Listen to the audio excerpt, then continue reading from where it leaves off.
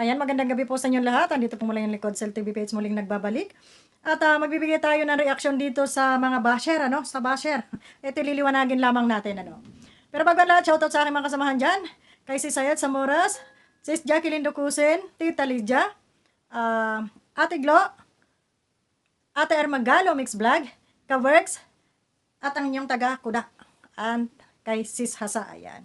So ano nga ba ang ating ano dito? Itong comment ni Aling Lenlen. Aling Lenlen, itong comment mo sa live ni Kapisot, no? Ang sabi mo dito, totoo naman na mula nang magpatulpo nang nagtulpuhan, mula nang nagtulpuhan si Kapeso ang nagtanggol kay Beyonce, yung dating strikers, defender din, pero di tulad ng pagtatanggol ni Kapeso, aminin man o hindi.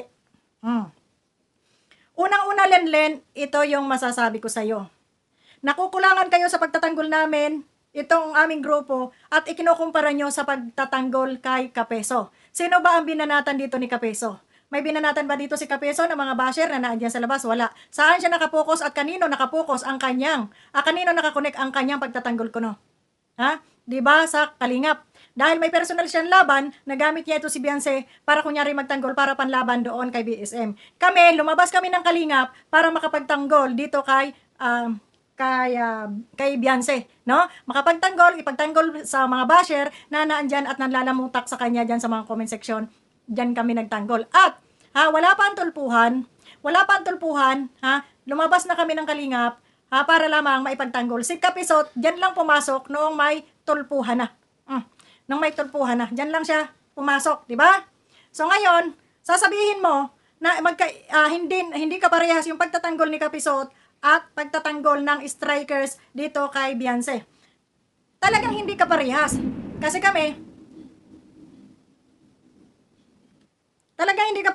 kami, ay wala kaming personal na laban dito kay Bal Santos Matubang. Wala kaming personal na laban dito kay Bal Santos Matubang. Ang aming kinukundina, yun lamang na maling pagre-reaksyon ni Kuya Bal dito kay Beyonce na hindi na nila tinigilan hanggat hindi pa nagkakagulo noon. Talaga namang hindi niya sinaway itong mga alipores at lalong-lalo na doon kay Edo, yung mga alipores ni Edo na yan si Kapodi ang nag-umpisa ng gulo dito sa loob ng Kalingap, no? Banata ni Dr. Love, at isinali nila dito si Beyonce na kesyo, nabihan nilang malandi, hindi pumayag doon sa love team, kung ano-anong mga pinagsasabi nila doon sa mga post nila sa Facebook. Kaya doon kami umalma. Wala pa si Kapisot, nagtatanggol na kami doon sa mga basher ni Beyonce. Dahil hindi kami makakilos ng maayos, hindi kami makabanat, dahil yan ay bawal doon sa doon sa loob ng Kalingap. Hanggang sa kami ay lumabas na, nagpaalam ako na ako ay lalabas para makabanat ako sa gusto kong banatan. At number 1 nga noong basher ay si Sangkay. Number 1 noong basher si Sangkay dito sa pamilya Batalero. Kaya ako'y lumabas para banatan si Sangkay, hindi para banatan si BSM. Siguro nasasabit namin, napapasaringan or nakukurot-kurot namin ng kaunti si BSM sa kanyang mga vlog dahil nga may mali, hanggang dun lang kami. So si Kapeso kasi, personal kasi yung away niya kay BSM. Wala pang Beyonce, wala pang kagulo, wala pang love team, kaaway niya na ang Beyonce. Tawag nito, Bal Santos, no? Kaya wag mong ikumpara yung pagtatanggol ni Kapisot ay sa pagtatanggol namin, Kasi kami, may sarili kaming grupo, hindi kami nakigrupo kung kani-kaninong grupo, no? Hindi kami bumitaw sa aming grupo. Andyan yung aming grupo, no? So ngayon, wag mong ikumpara yung pagtatanggol namin kay Beyonce at pagtatanggol ni Kapisot. Dahil yung kay Piste, may personal na interes. Una, personal niyang galit kay BSM. Pangalawa, kailangan niyang manggamit kay Beyonce dahil ito ay maraming sponsor na galit sa Kalingap at para makuha niya yung simpatya. Doon nagtagumpay na siya. Di ba?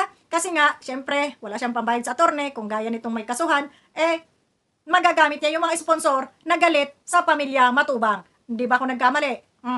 Naandyan na, nakuha niya na. Kaya, iyon ay magkaiba talaga. Kailangan talaga magtatrabaho siya. Pakitang gilas yan na kailangan ipagtanggol ko si Beyonce para mahalin ako ng sponsor. Kami kasi naman, ang pagtatanggol namin, sabot lang ng aming makakaya.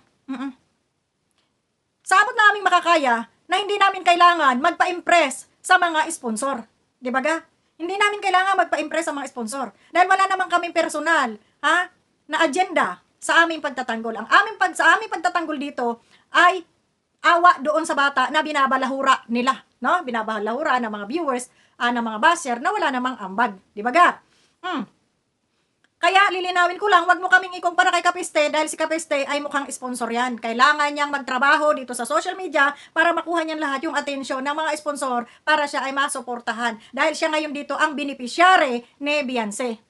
Di ba? Dahil kung sasabihin ninyo, kami kumukuha lamang ng views, kami ay kumukuha lamang ng revenue, ng sponsor, ay wala yan sa aming channel. Dahil kahit sorbehin ninyo yung aming mga channel, wala namang mga kita yan. Walang kita, walang views yung aming mga channel. Bakit nga ba kami ay nakikipagtulig saan dito? Bakit kami nakikipagbanatan dito? Dahil sabi ko nga sa inyo, magulang kami. Magulang ako, may anak ako na kung sa aking anak mangyari, ganun din ang mararamdaman ko. Masasaktan din ako. No? Kaya wag nyo ikumpara yung pagtatanggol ni Kapisot sa pagtatanggol namin dito kay Beyonce. Kasi kami alam namin kung saan lamang yung aming boundary, sa aming pagtatanggol.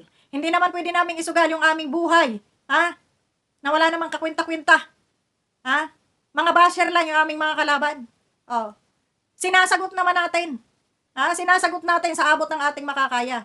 Pero yung makipagkasuhan pa kami kay Bal Santos, ay hindi na namin, labas na kami dyan, hindi na namin pwedeng gawin yan. Bakit? Wala kami sponsor, hindi kami ma-PR, magngangaw-ngaw para makuha namin lahat yung sponsor. Hindi ganon. Reactor kami, hindi kami nakapokus lang sa isa. Hindi lang ang buhay namin ay nandyan nakapokus. Nasabihin namin talagang kami ay panate, kailangan kahit may mali yung taong yan, dyan pa rin kami nakasuporta, hindi. May mga mata naman kami. Nakikita namin yung mali, bagamat hindi lubos, alam kong kulang sa inyo, dahil ang gusto ninyo bakbakan din namin, itong si Bal Santos, gaya nitong ginagawa ni Kapitana, ni Sangka, nito ni Kapisot, mga paninira na yan sa kanila. Hindi naman pwede namin gawin yung magngangal-ngal tayo diyan, wala naman tayong ebidensya. Di ba ga? So kaya wag nyo ikumpara yung pagtatanggol ni Kapiste dahil ito ay may personal agenda itong si Kapiste. Kaysa dun sa aming pagtatanggol, wag nyong questionin yung aming pagtatanggol. Gumagawa kayo ng issue biro mo to. Aminin daw sa hindi.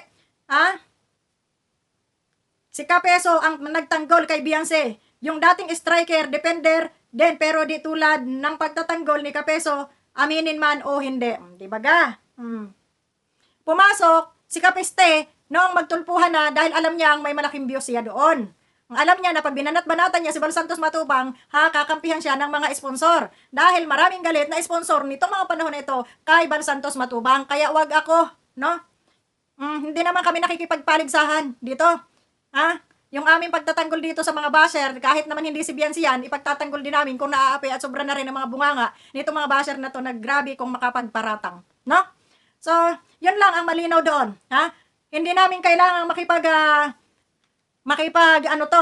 kalkalin yung mga baho-baho dyan ng mga tao, pinopersonal na mga nila, para maging kasabayan namin si Kapisot. At unang-una, hindi kami mga ipal-ipal dito. Hindi kami mga pasikat dito. Wala kaming agenda dito na kagaya ng pangangailangan ni Kapisot. Hindi masyadong mahigpit yung aming pangangailangan. Dahil wala naman kaming demanda. Siya talaga, kailangan niya yon kasi nga may demanda siya, kailangan niya ng mga abogado. So kaya yun, kaya mapursige siya, ma-PR siya, ma-effort kuno siya. Pero pagdating sa mga basher ni Beyonce, wala siyang binatbat. Hindi siya nagtatanggol. Asan ang pagtatanggol niya dito? Idiniin pa nga niya Siniraan pa niya Gusto niya pati si Dr. Love at Red Zane, ay mawala dito sa Team Guapa. Para masolo niya. Kaya, wag kang magkumpara-kumpara. Dahil si Kapisot, makapal ang mukha, kami hindi. Diba? Makapal ang pagmumukha ni Kapiste. Kami lumabas kami sa kalinga para magtanggol. Hindi kami para mag-inipal. Yun lang. At maraming salamat. Sa mga hindi pa nag-unsub sa akin, sa mga hindi pa nag-unsub sa akin, maraming salamat sa inyo. At sa mga gustong mag-sub sa akin, mag-sub na po kayo. At doon sa mga nag-unsub, ay marami din salamat sa inyo. Ay hindi ko kayo masisisi kung ganyan lang ang inabot ng inyong mga kaisipan. Na parang mga bata, no? Yung mag-unsub kayo, tapos kayo naman ay naandyan pa rin, wala namang valid yun, wala namang bayad yung unsub dito, pambira kayo. Ang may bayad dito, yung ads, yan, ang may bayad. Pero yung unsub at saka subscribe, ay walang bayad yan. Kahit walang mag-subscribe, tapos nanonood naman kayo, yun ang mali, nyo, pagkakamali nyo, no? Dahil yun yung may bayad. Pambihira. Alam ko namang hindi nyo matitiis talaga dahil tayo nga ay mga marites, mga curious tayo. Ano ba yung sinasabi, no, mga nag-host dyan? Patungkol dito kay Beyonce, patungkol dito kay Ah, sa alitan na ito na naman kaguluhan. Ang nagpagulo dito sa totoo lang si Kapisot. Ha, nagbida-bida. Kaya hindi niyo masisisi Duklat na nagbida-bida rin. O, nagsilabas din ng sama ng loob. O, di ba? Kaya ito talagang ang pinag-umpisahan nito itong kapisting ito na wala naman sanang gulo kung bakit pasaring pa ng pasaring. At akala mo na may magagawa siya doon sa mga kwento ni Beyonce, ng pamilya. Kung siya man ay napagkwentuhan dahil panatag yung loob na nagkwento sa kanya, na hindi nila inisip na ito ay isisiwalat ni Kapeste, doon nagkamali itong pamilya. Traidor yung Kapisot ninyo. Ngayon, kung dyan kayo talaga naniniwala, at sabi nga nila, wala naman daw silang iba pakikinggan na kung may magpayo pa, narinig ko lang yan, ha? May nag-comment kasi, na-comment daw di Hansel na wala na raw silang pakikinggan, ay wala namang problema dyan. Kami naman ay nagsisiwalat lang na aming sinasabi, na wag ikumpara yung aming pagtatanggol dito kay Kapiste, dahil ito si Kapiste talaga ay mayroong personal na interest, may hiding agenda, target niyan mga sponsor. Di ba? Kaya ginaganahan niya dahil palipad ka ng palipad, malaki nga naman yung kita niya. Talagang gaganahan niyan bumanat. Araw-araw, kahit sino nalang banggain yan, lalo na at pinapangakuan ng mga sponsor ng tulong, ay talagang lalakas yung loob. Diba? Instead na matapos yung kaguluhan, gawing mapayapa, o kung nagkakasuhan man dyan, ay dapat tahimik na lang, ay di tapos sana ang bashing. At kung ito sana si Beyonce ay nagla-live, nang siya ay wala namang kundi personal live lang, di sana, kahit may basher man, pero hanggang dun lang, kung pakunti-kunti na lang, di ba parang natahimik ng mga nakaraan? Dahil mga lang naman, basher lang naman yung sa comment, no? Ang problema, sinawsawan. Sinawsawan. Ano nang sabi ng buti na lang Kapeso, pumunta ka sa daet at nalaman mo ang lahat-lahat. 'Di ba? Ang daming comment.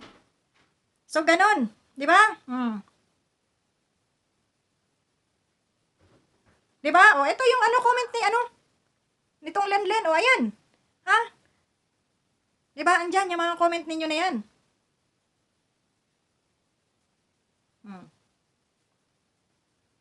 So, makapal lang talaga ang pislak.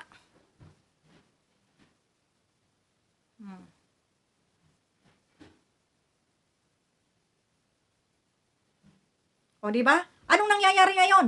Kagulo. Ang nangyayari ngayon, lumobo yung basher, At karagulo na, hindi na maintindihan kung sa pula, sa puti, no? Kay Kapisot ka o kay Duklab, kay Beyonce, ano ba talaga? Bahala kayo dyan. Basta ako, doon lang ako magbabase sa mga nababasa nating comment at yung mga pailan-ilang naririnig natin at napapanood dyan sa mga post na sa Facebook page, yung mga pinopost nila. Kasi hindi na talaga naman ako nanonood, lalong-lalo na dito kay Kapiste, na panoorin ko pa yung live niyan, hindi ako nanonood. Naririnig ko lang kung inililipat na nila o ginagawa na nilang reels dito sa mga, mga page nila. No? So, yan. At yun nga, may nabasa tayo na mga comment at dito ay daming nakikipagbakbakan nga dito kay Ridsen pala. Nandito si Ma'am AR. So maraming dito kay Dr. Love dahil nga doon sa sinabi raw ni Dr. Love. Ano ba sinabi ni Dr. Love? Hindi naman ako nanood, hindi ko napanood yung sinabi ni Dr. Love na ikinasama rin ng iba. Pero wag yung para sa akin, hindi si Dr. Love nag-umpisa na dito. Itong putang inang Kapiste na to, tahimik na eh. Ang mga comment na lang yung basher eh. No? Medyo tumahimik, medyo kumalma. Pero wala eh. Bastos talaga itong Kapiste na to. Kaya sorry na lang doon sa mga idol niyo si Kapisot. Dahil talagang hindi ko mapapatawad yung bastos na yan. Na pagkatapos, pakinabangan ng mga sponsor ay balahurain. Ang daming sponsor na tumulong dyan, tapos babalasubasin.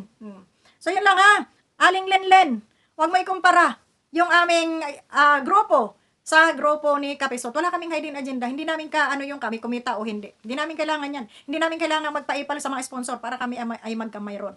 Kung may magbigay man sa amin, maraming salamat yan. Pero hindi kami talaga nagpupursige na manlikom ng mga sponsor para pagkakitaan namin. Kasi nakakahiya naman. Yung mga sponsor na yan, nagtatrabaho yan, nagbabanat yan ng buto. Kaya yan nagbibigay sa'yo para makatulong. Hindi para samantalahin mo. Kung sila man ay nagbigay ng tulong, ay sasamantalahin mo na. Hindi ho kami ganon. Kahit paano, may mga trabaho pa naman kami. So, wag mo kaming ikumpara dito sa iyong Kapiste na makapal ang pagmumukha. Yun lang. Bye-bye.